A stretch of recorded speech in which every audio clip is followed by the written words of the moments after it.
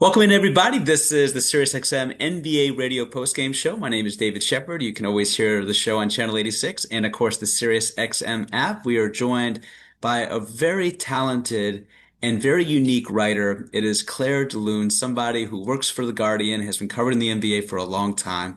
Claire, first and foremost, how you doing this morning? I'm good. I'm good. Thanks for having me. Thank you again. Yeah, absolutely. So listen, I want to get started with this because Amin Al-Hassan is a host at SiriusXM NBA Radio as well. Yep. And I saw an interview you did with him, and you did a great job talking about your relationship and your coverage of Jimmy Butler.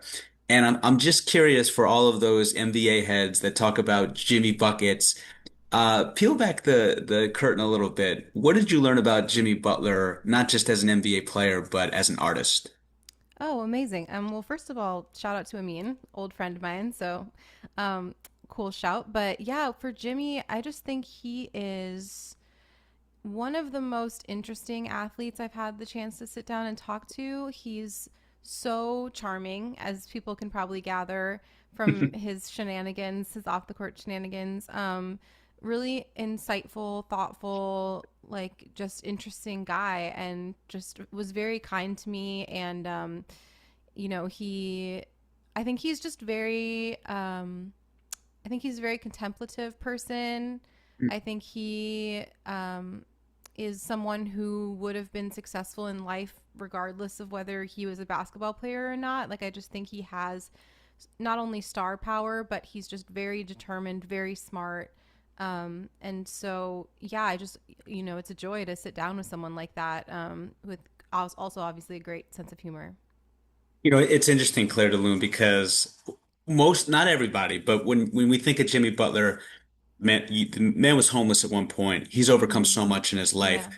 But you know how the media is, and particularly NBA fans, some like to go down the negative route, right? We Yep. think of Jimmy Yep. Butler as asking out of Minnesota, asking out of Chicago, asking out of Philadelphia, Miami. That was a bitter divorce with Miami, and I don't think those fans are too happy with him. So it's good to kind of get the human perspective of Jimmy Butler. And you Yeah. make a great point. He is one of the most charming people you'll ever be around in terms of Yeah. how he conducts himself. He's a critical thinker. He definitely is a forward thinker. So I'm glad that Jimmy Butler is getting positive coverage. And that's something I respect about your work. I've come across you on social media. I've seen your columns on The Guardian, and you look at the positivity Mm-hmm. when it comes to the NBA, and that's not something all national media personalities do. So I can appreciate that. Oh, thank So you. and so my question is, you're someone that's been in the game for a little bit. How do you see the coverage of media now compared to when you started out? I mean, I think, you know, uh, regardless of like how it's evolved or shifted since I've started, something that I've noticed the longer I've done it is that I don't think other sports cover, like other sports media ecosystems cover their sport with the same critical lens that NBA media covers the NBA. And I think that's it's a little self-defeating. Ultimately we're here to encourage people to continue to watch basketball, and my job as a writer, is to bring context to that sport and bring forth storylines that make it even more pleasurable and exciting and entertaining and rewarding to watch that sport. And if I'm going to sit here and talk about only everything that's wrong with the sport, or how much better it used to be, or how so and so player isn't stepping up, that's not encouraging people to consume the sport. And ultimately, like, not only is my livelihood dependent on them wanting to consume it, but like that's why I'm here. That's what I came here to do, is to participate in the basketball world and keep it going and to be a steward of it. And so I do think that's really a shame. I think it's changing in the sense that I think that the bigger tent poles are starting to see that fans want something different. They want like more positive, to your point, coverage. They want more insightful coverage, and that's why I think you see like such a positive response to the NBC and Amazon Right. coverage that has come out, because they're focusing more on the actual game, what's happening on the court, and also on celebrating it. But yeah, I think that that's something we could all do a better job at as an NBA media sort of ecosystem, is just celebrating and uplifting the game. Absolutely. And again, we are joined by Claire Lune of The Guardian. Does a wonderful job covering the sport. So you talk about the positivity in the NBA this particular season. I don't remember a more interesting NBA Yeah. MVP race. Wemby, Luka, JB, Kate Cunningham before he went down with the collapsed lung. Obviously, SGA, Nikola Jokic. Who is Claire DeLune's MVP right now and why? Right now, it's Shay for me. Yeah. I think though it is such a splitting hairs. To me, it's a four-man race right now. It's Shay, it's Luka, it's Wemby, it's Jokic. I think that fifth spot is kind of in flux. I would give it to Cade if he made the games played minimum, but it doesn't look Right. like he's probably going 65 to game, do right. that. So that's probably Jaylen Brown to your point. But I just think Shay has been, you can set your clock to his consistency all year long. OKC has had, another year with a ton of injury issues, and like his number two option wasn't available for a good chunk of the season, and they still have maintained that number one overall seed all year. And I just think what you're going to get from Shea every single night, and it is excellence at the highest level, and it is so incredibly consistent. And that ultimately, when you think about the definition of the most valuable player, like what could be more valuable than just knowing you can count on your superstar to be a superstar night in, night out, all year long.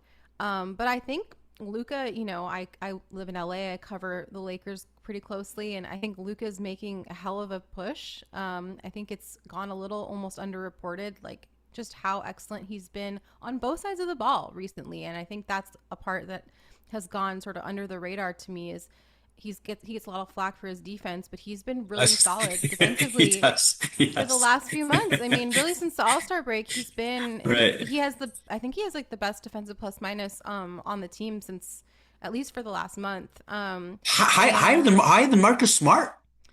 so I was looking at these numbers yesterday, and Yeah, I I think it's so Marcus is still their best like when he's on the floor, the rising tide defender. But sure. Luca's like defensive metrics, I believe, if I'm not mistaken, I was looking at those numbers and I was like, this is crazy. Like he's actually like defending really well.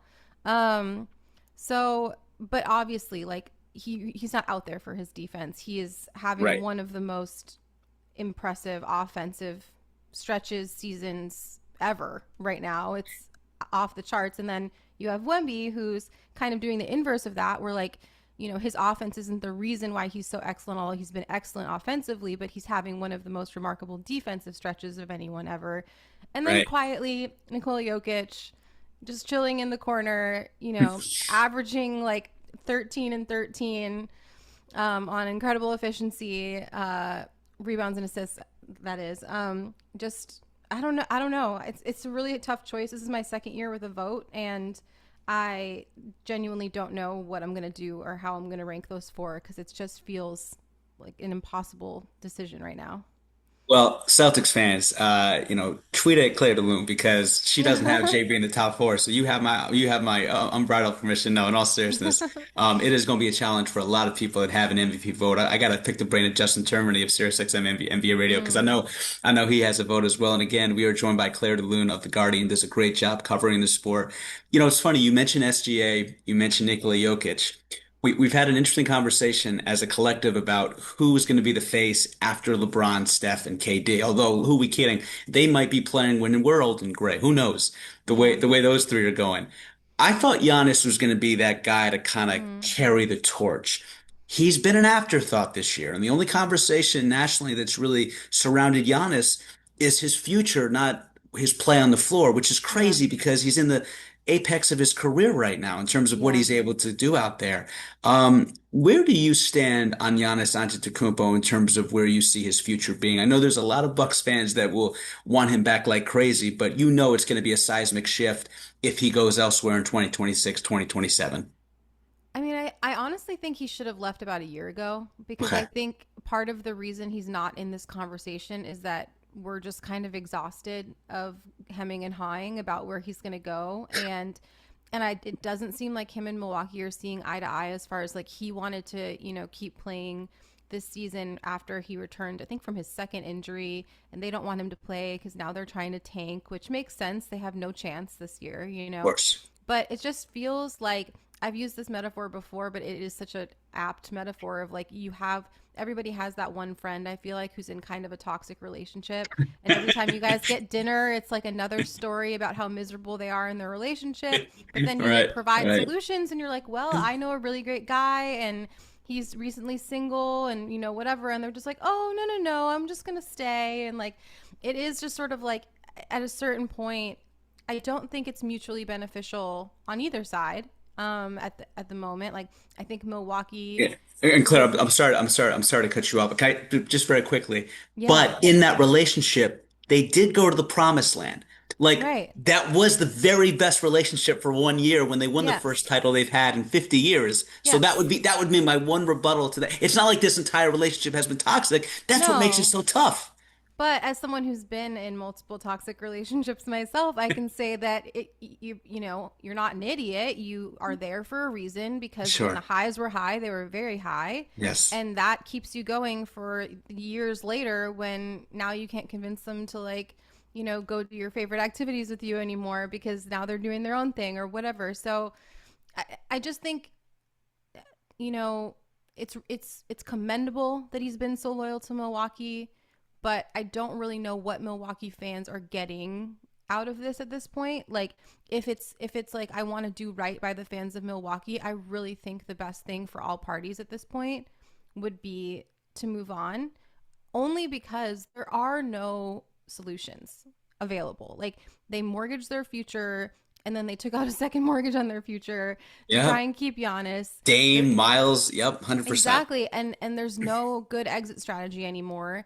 And Giannis is clearly resentful of the fact that he's not competing at the highest level at the moment. He's not content to just be a bottom dweller in the East just so that he can stay in Milwaukee. He wants to compete for championships, and they would like to ultimately get back there at some point. And I think the best thing to enable Milwaukee to start heading back where they want to be, and Giannis just to immediately get back to where he wants to be now that he's like at the tail end of his prime, would be to split. And it's sad that it doesn't seem like it can get done together, but it just seems so clear to me that the best thing for both parties would be to move on at this point. Again, we are joined by Claire de Lune of The Guardian. Does a wonderful job covering the sport. And again, you can catch us on SiriusXM NBA Radio Channel 86. That is the home of the post-game show, always on the SiriusXM app. Claire, the Knicks, Yes. that is man, you want to talk about a highly contested conversation in terms of where people stand on this team right now. Yeah. Karl Anthony Towns is leading the NBA in double doubles, but the way this cat literally and figuratively is covered is you would think he's the biggest underachiever in the history of the NBA with how much Yeah. criticism and arrows are ultimately slung his way.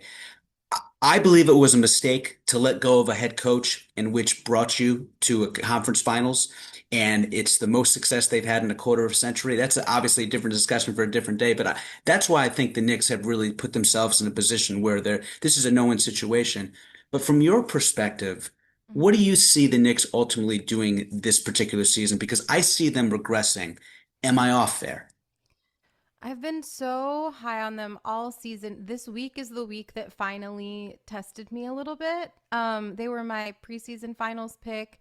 They were still even when the Celtics had this crazy resurgence, even when Tatum came back, I was like, I don't know. The Knicks have just been there all season long, like just hovering around that 2-3 spot.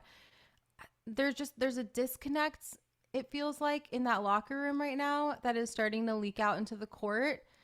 It's just the worst possible time for that to happen in the season. Like I'm not someone who's like doom and gloom to your earlier point. Like I don't try and catastrophize things. Like I think it's a long season, there's ebbs and flows, but I'm a huge believer in getting hot at the right time. And it just feels like they're trending in the wrong direction at the worst possible time. Um, that being said, I do think to me, they're the most talented roster in the Eastern Conference right now. I mean, I know there's an argument for the Cavs there clearly, but there's a lot of talent.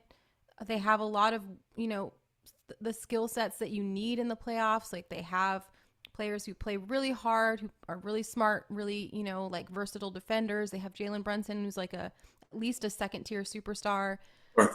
I just the chemistry issues, like this is just the worst possible time to be having those. And to your point, I mean, I think Tibbs is an underrated coach. I did a piece on him last year, sort of not debunking the myth that he runs players into the ground or is the cause of their injuries, but just sort of saying that there is no conclusive evidence to support that.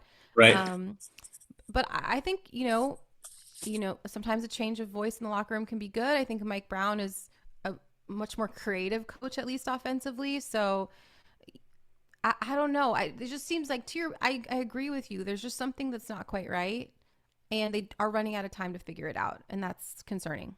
You can say that again. And the Knicks, look, they're always going to be a topic of conversation. We're talking about 50 plus years in which they are still seeking an NBA championship. So there's tension more than there is celebration with this team. And anytime you feel like the Knicks are underachieving, they're certainly going to be put under the microscope. Claire DeLune does a wonderful job covering the NBA. Again, it's great to have her on the SiriusXM NBA radio postgame show. You can follow her at Claire MPLS on social media. Definitely worth a follow. Claire, I want to get you out with this. What is a story that you may be potentially working on, or a story you believe nationally the NBA has not given a lot of attention to that you feel like should be on the forefront? Ooh, that's a great question. Um, I mean, I'm like very much interested in sort of like the human side of sports and Yes. human stories. So this isn't directly NBA, or like the origination of it, I guess, of my interest in it. But I'm working on a story right now that's kind of centered on LeBron, and it started because of the Alyssa Liu run in the Olympics, and her sort of, I guess, backing into a gold medal by just letting go of expectations of what was going to happen in the Olympics. And she sort of was very vocal about saying when she unretired, she, no longer cared about placing and medals. She just wanted to express herself, enjoy her sport, go out there and have a good time. And I think the ease with which she skated from that and the sort of like effortlessness ended up ultimately leading her to her winning a gold medal. And that's been in my brain a lot recently, just thinking about sort of that act of letting go of the ease of it, of the joy of it, and centering joy and what that can do, for ultimately success in athletics. And so I've been sort of trying to apply that philosophy looking at the Lakers right now and at the way LeBron is playing right now, as to sort of like, it feels like somewhere halfway through their season, they kind of just not gave up on expectations, but just sort of stopped forcing it so hard. And something in that process Yeah. has created a kind of magic where they're all really enjoying themselves and have incredible team chemistry. And LeBron kind of looks like he's having the most fun he has in years. And it's resulted in a lot of winning. And so that is just a really interesting philosophical question to me of like, can you actually be more likely to succeed if at least emotionally you sort of let go of the expectation of what's going to happen and just sort of lean into enjoying the process? Well, I enjoyed this conversation, Claire DeLune, and we really appreciate you joining us on SiriusXM NBA Radio. We hope to have you back on again. And again, Claire DeLune, you can follow her on social media. She's a really interesting follow at Claire MPLS. I'm rooting for your Lakers because I think when they're thriving, the NBA is thriving, and I've never seen anyone play like LeBron's been playing in year 23. But Claire, thank you so much for your time and really appreciate you coming on with us and hope to have you back on again soon. Yeah, thanks so much for having me. I would love that.